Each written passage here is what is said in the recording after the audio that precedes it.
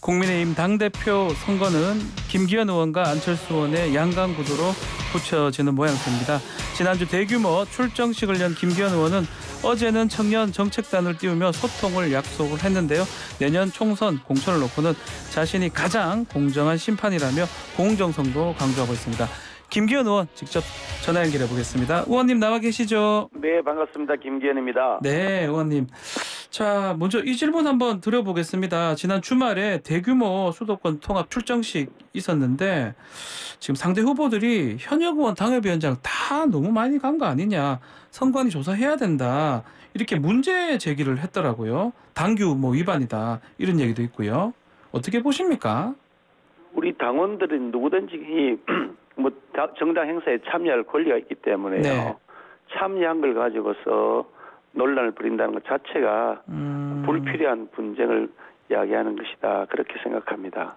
당규 34조 얘기를 하면서 국회의원하고 당협위원장 선거운동에 참여 못한다, 이거 어긴 거 아니냐, 조경태 의원이 그렇게 지적을 하더라고요. 선거운동에 참여하지 못한다는 의미가 네. 자신이 지지하는 그 후보를 밝히지 못한다는 의미가 아니기 때문에요. 선거대책위원회에 무슨 그 직책을 가지고 참여한다거나 이런 것을 얘기하는 것이기 때문에요. 네. 저를 김기현을 지지한다고 많은 당협위원장들이나 현역 의원들이 의사표시하는 것 자체를 막는 건 전혀 아니고요. 네. 누구를 지지한다는 의사표시를 못하게 한다 그러면 그거는 헌법에 보장된 정치적 자유, 표현의 자유를 침해하는 것이잖아요. 그건 그런 뜻이 아니고요. 선대에 참여해서 구체적인 선거 활동하는 거 가지고 시비를, 그걸 가지고서 금지하고 있는 것이기 때문에 당헌 당규 위반하고는 전혀 관계가 없는 것인데, 네. 아마도 많은 분들이 예. 수도권을 중심으로, 특히 경기도 지역입니다만은 경기도 인천 지역을 중심으로 한 8,000명 정도가 모이고 당협위원장이나 국회의원 합치니까 한 50여 명이 모여서 김기현에 대한 지지 의사를 표시했다. 그게 상당히 상대 후보 입장에서는 굉장히 섭섭할 수는 있겠지만, 그렇다고 하더라도 당원들이 자유로운 선택을 존중하는 것은 사실 꼭 전제가 됐으면 좋겠다, 그런 생각이 듭니다. 안철수 의원도 체육관 선거 아니냐, 이렇게 또 얘기를 하던데 그것도 같은 맥락에서 답을 할 수 있겠네요. 우리 당은 국민의힘이라고 하는 당은 예전부터 내려온 정통과 뿌리를 가진 정당인데요. 네. 소규모 정당이 아니고 늘 집권당도 하고 또 조금 어렵다 하더라도 상당한 규모를 가졌던 정당인데요. 사실상 초대받는 1인 정당의 형태로 대표를 뽑은 적이 없습니다.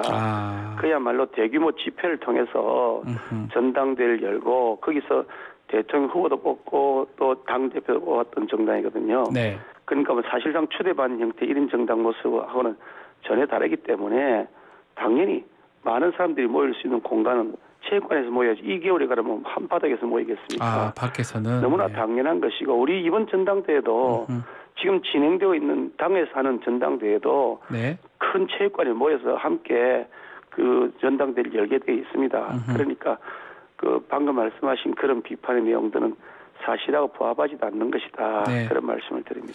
여론조사 좀 말씀을 드리면 우리 김기현 의원님이 줄곧 앞서는 좀 결과가 오다가 어젠가요? 오차 범위 내입니다. 그렇긴 하지만 또 안철수 의원이 좀 앞서는 결과가 나온 결과가 있어요.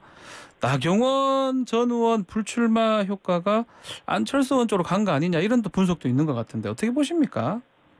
일부 그런 효과도 있긴 하겠죠. 네. 이게 없다고야 할 수 있겠습니까만은 일시적인 현상일 것이라고 일시적이다. 판단하고 있고요. 현장에서 제가 느끼는 민심은 우리 당원들을 주로 많이 만납니다만은 그 당시는 매우 뜨겁게 달아오르고 있다. 특히 수도권에서도 저 김기현에 대한 지지가 압도적이라는 것을 이번 며칠 전 그 부천 체육관에서 했던 경기도와 인천 지역을 중심으로 한 그 우리 발대식에서도 느낄 수가 있었고요. 그런 측면에서 본다면 우리 당의 그 뿌리를 지켜온 정통파 김기현, 그 당에 대한 애당심을 가진 많은 당원들의 자존심, 이런 것들이 결국 반영되어서 김기현이 당선되는 결과가 이어질 것이다. 저는 그렇게 기대하고 있습니다. 자, 우리 의원님께서는 1차 투표에서 과반 득표를 목표로 하고 계시잖아요. 그러려면 지금 이준석 전 대표 이후에 좀 젊은 당원들, 이 청년 당심의 향방 중요할 것 같은데요. 어떻게 보시는지요? 당연히 청원 당원들의 마음 그거 중요하겠죠. 네. 뭐 청년 당원뿐이겠습니까? 전 연령층에 걸친 당심이 필요한 것이니까 네. 청년 당심만을 지향하는 것은 아니고요. 네. 청년 당심, 중년 당심, 또 뭐 농년 당심, 뭐 고령층 당심 다 포함해서 함께 뭐 이길 수 있도록 그렇게 선거운동을 해야 되지 않겠습니까? 네. 그러면 그 나심 이런 표현은 맞는지는 모르겠지만 나경원 전 의원을 좀 지지하던 분들 또 이런 분들도 좀 어쩌면 확보를 해야 되는데 일단 나경원 전 의원은 전당대회에서 역할은 없다라고 선을 좀 긋고 있습니다. 좀 김기현 의원님은 좀 러브콜을 지금 보내고 있는 상황입니까? 나경원 의원과의 관계는 뭐 네. 20년 전부터 시작되었던 그런 관계고요. 17대 국회 2004년도에 국회에 들어올 때부터 그때부터 만나서 20년 가까운 세월 동안 계속해서 같은 정당에서 몸담아왔고 나경원 전 대표 같은 경우도 단 한 번도 당을 떠나지 않고 지켜왔던 저하고 정통파 보수의 뿌리 그 점에서 매우 일치되고 있는 것이거든요. 네.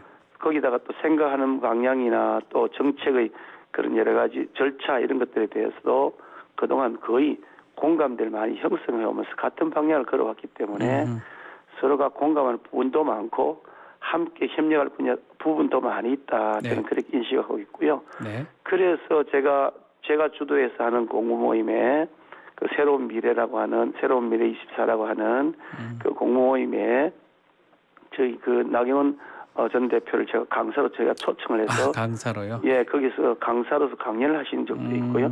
그런 다음에 토론도 같이 나눴고요. 네. 자주 만나기도 해왔고 또 전화 통화도 자주 해오고 어떤 사이기 때문에 저하고 나경원 전 대표하고는 매우 통하는 코드가 아주 똑같은 사람이다. 그렇게 말씀드릴 수가 있습니다. 뭐 의미 있는 성과는 좀 있습니까? 아직까지는 뭐 정확하게 얘기는 안 하시는 것 같기도 하고요. 뭐 문자를 서로 주고받기도 하고 또 얼마 전에는 뭐 만나서 상당 시간 같이 얘기도 나눈 적도 있고 하긴 합니다만은 조금 더 진행이 되면 아마 말씀드릴 수 있는 결과가 있지 않을까 하는 생각을 하고 있습니다. 알겠습니다. 자, 어제 청년들하고 소통을 하셨더라고요. YPT인데 YPT 이게 이 김기현 의원을 지지하는 청년들 모임이라면서요. 사실 우리 당이 조금 이제 그 젊어져야 된다. 우리 당이 청년들의 의사를 대변할 수 있도록 좀 더 청년 인재들이 많이 있어야 된다. 이런 지적들이 있어 왔지 않습니까? 네네. 그래서 제가 전당대회를 준비하기 한참 전에 이게 젊은 층들하고 소통하고 또 같이 그들의 고민이 무엇이고 또 내가 해야 될 일이 무엇인지 그것을 알아보기 위해서 젊은 청년들 자원봉사 팀들을 모집을 했었는데요. 그랬더니 일기 모집했더니 한 10여 명 참여하셨더라고요. 자발적으로 오신 분들이셔서 그때 1기를 시작하고 얼마 전에 다시 2기 모집을 해서 시작했는데 이제 좀 많이 늘어났습니다. 앞으로도 단순하게 일회성으로 청년 행사하는 것이 아니라 제가 어저께도 뭐 그런 말씀을 청년들 앞에서 약속을 공식적으로 했습니다마는 한 달에 한 번 정도씩 최소한 한 2시간 정도 잡아서 축사만 하고 떠나는 것이 아니라 대표가 그 자리에 앉아서 끝까지 그 얘기도 듣고 또 얘기도 하고 그러면서 프리토킹을 하면서 청년들이 가지고 있는 고민을 같이 나누고 또 그 해결을 위한 과제들을 같이 발굴해내고 같이 협업을 하면서 숙제를 풀고 이런 일을 하겠다는 의지를 밝혔는데요. 앞으로 제가 당대표가 만약에 된다면 그렇게 하도록 할 예정입니다.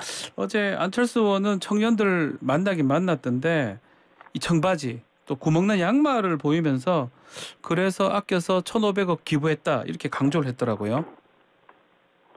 글쎄 뭐 구멍난 양말 신어야 될 만큼 가난한지는 잘 모르겠습니다만은 저는 흑수 집안에서 태어난 사람이고 그야말로 학비를 되게 어려워서 겨우겨우 쩔쩔매면서 학교를 졸업한 사람이고 제 아내도 마찬가지로 아무것도 없는 무일푼 집안에서 태어나서 흑수끼리 만나서 결혼해서 살고 있는데요. 그러더라도 구멍난 양말을 신을 정도까지 가난하지는 않거든요. 하여간 뭐 그렇다고 하니까 뭐 그런데 헤어지긴 했더라고요. 청바지는 저도 청바지를 입었던데 누구는 청바지를 입었다 그러고 누구는 청바지 안 입었다 그러고 막 그것을 강조하는 것을 보면서 굳이 청바지를 강조해야 되나 구멍난 양말을 강조해야 되나 하는 그런 생각은 들었습니다. 그 안철수 의원은 김기현 의원님한테 이런 얘기를 하더라고요. 네거티브 뭐 않겠다더니 하루 만에 이렇게 번복하냐. 그거에 대해서 또 좀 어떻게 보시는지요? 안 의원 지지하는 현역 의원 없다 그 말씀 아마 얘기하는 것 같아요. 거꾸로 제가 말씀드리고 싶은데요. 예. 아니 우리 당에서 정상적으로 잘 진행하고 있는 체육관 선거를 추억의 체육관 선거라 그러면서 매도한단 말이죠. 네. 더구나 우리 당에 대해서 안철수 후보께서 영남 자민련 이런 표현을 썼어요. 세상에 어떻게 이런 말을 쓸 수가 있습니까? 우리 당의 당원들을 완전히 폄훼하는 것이죠. 우리 당이 어떤 경우에도 영남 자민련이 될 수가 없고 되지도 않았는데 네. 어떻게 영남 자민련이라는 표현을 쓰느냐.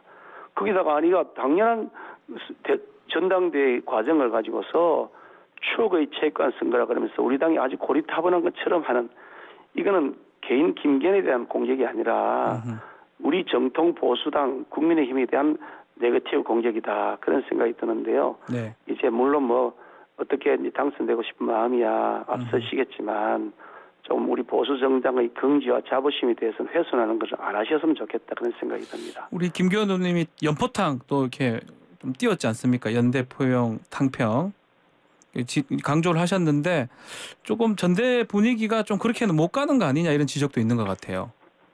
글쎄 뭐 다른 분들은 그렇게 하시는지 모르겠습니다만 네. 저는 연대와 포용과 탕평을 뭐 말로만 할 것이 아니라 행동을 실천할 것이고요. 제가 원내대표 1년 하면서도 네. 연대와 포용과 탕평을 잘 했기 때문에 우리 현역 의원들이 절대 다수가 저 김기현을 지지하는 것이라고 저는 이해하고 있고요. 네. 그러니까 뭐 네거티브 자꾸 그렇게 하시면서 연포탕이란 말을 썼더니 또 말장난이라고 그러시던데 안철수 후보께서 네.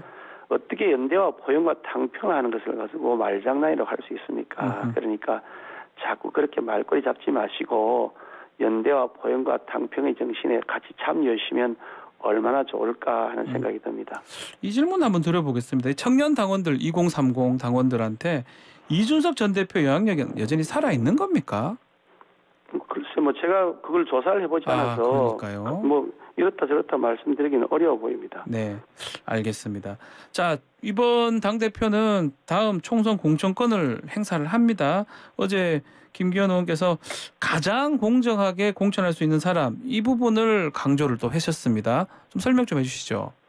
그러니까 다음 그 공천에 관해서 네. 어떤 계파에 속해 있다거나 또는 한편에 편중돼 있다거나 하면 아무래도 그 공정성에 시비가 걸리지 않겠습니까? 그런데 제가 무게파로 지금까지 정치해왔고 네. 그리고 지금도 여전히 제가 무게파라고 공식적으로 밝히고 있고 또 제가 원내대표 1년 하면서도 무게파로서 연대와 포용과 탕평을 잘 해왔던 그런 경력을 보여드렸기 때문에 그런 면에서 제가 가장 공천하게 공천할 수 있는 사람의 말씀을 드리는 것이고요. 또 하나가 만약에 본인이 다음에 이번 당대표를 디딤판으로 해서 대통령 선거를 나가겠다 이렇게 만약 계획을 하고 있으면 네.